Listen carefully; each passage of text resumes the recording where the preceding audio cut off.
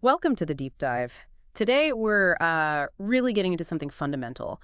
We're exploring the concept of the Vedas. hmm And our way in is this pretty interesting YouTube video from the Ary Samaj mission channel. It features Acharya Agnivrat Neshtik. Right. The title is Achtalan Sheda.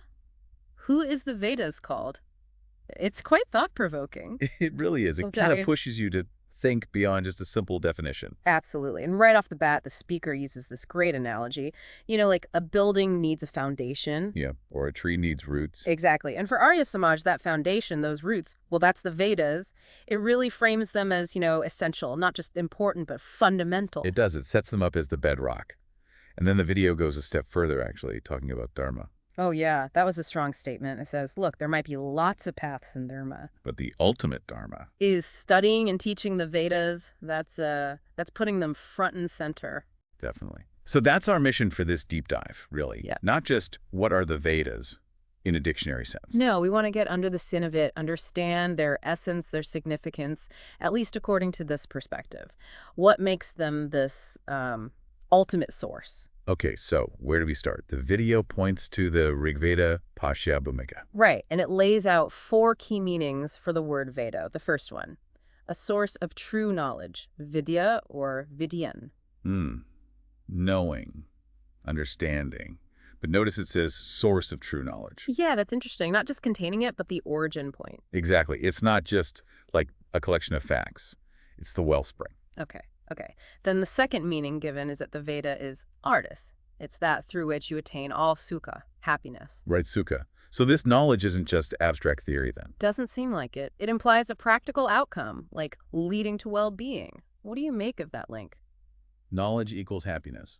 Well, it suggests that understanding these core truths is kind of the pathway to a fulfilled life. Not just thinking about it, but living it. Makes sense, in a way. Mm-hmm.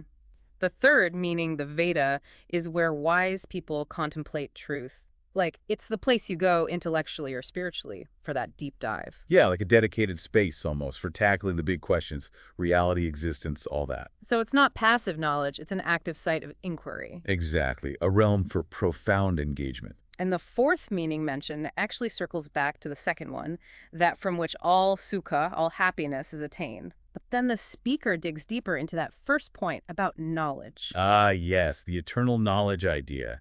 Nitya Jaim. This feels pretty crucial. They make a clear contrast, don't they? They do, between this eternal constant knowledge and, say, history books or descriptions of places. Right. The idea is that Vedic knowledge isn't dependent on specific events or people or geography. It's permanent, Yeah, timeless. that's the core of it. It exists outside of historical change. Why is that distinction so important, do you think? Well, I guess it implies these truths are universal, unchanging, like woven into the fabric of the universe itself. Mm-hmm. And the video takes that even further.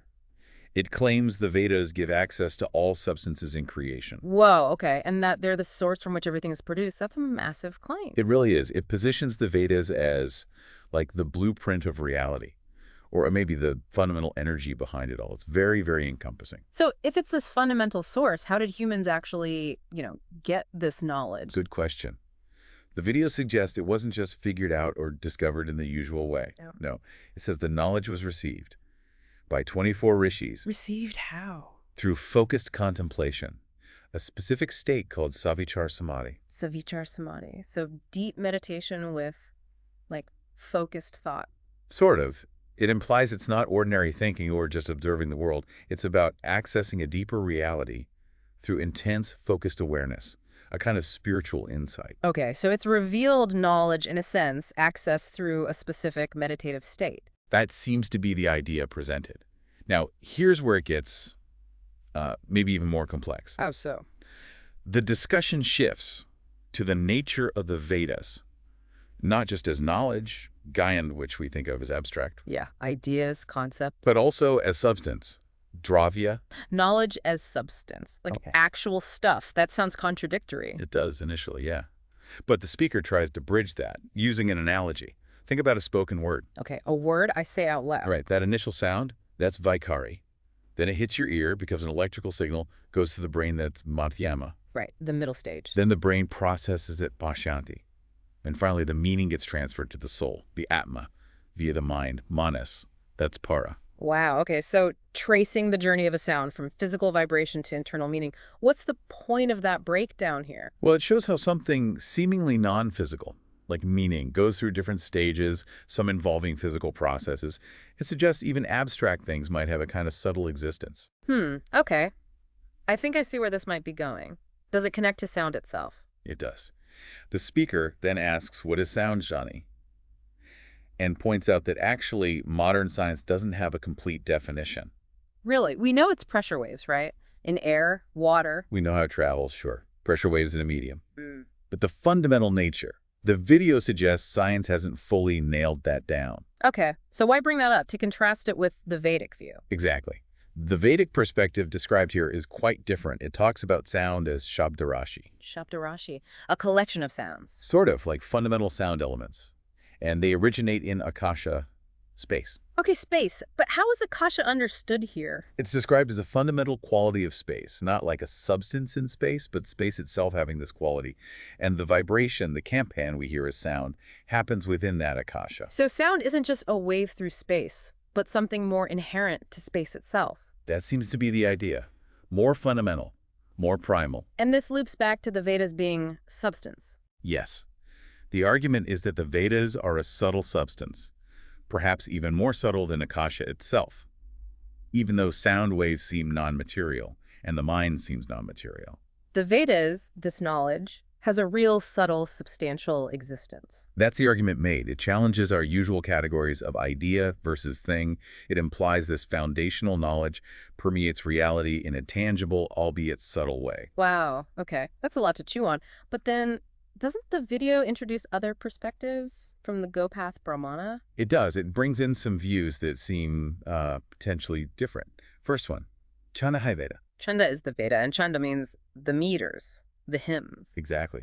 The poetic structure, the rhythmic form of the Vedic texts themselves. So how does that fit? We just talked about eternal knowledge, the subtle substance. Now it's the poetic meters. Yeah, it seemed to bring it down to a more concrete level, right? Equating the Vedas with their actual textual form, the hymns you'd recite. So the essence is the structure, the poetry. That's one way to interpret it. Yeah. And the speaker connects chanda to mantra, the sacred utterances. Okay, and mantras are spoken. They manifest as sound. Which brings us back to sound waves, physical phenomena. Right. It seems to connect back to the physical manifestation. How do we square that with Vedas being more subtle than sound? Good question. Maybe the idea is that the subtle essence manifests through these forms. The chanda and mantra are how we access or interact with that deeper reality. That could be one way to reconcile it. The tangible expression of the subtle source. Okay. And there was another quote from the Gopath Brahmana mentioned. Yes, prana chanda. Prana is chanda. Prana, life force. So now chanda, and therefore the Veda, is being equated with prana. That's what it says. Prana, described as this subtle, vital energy that animates everything. So the Vedas aren't just knowledge or substance or hymns. They're also the life force itself. This perspective seems to link the Vedas directly to the essence of life.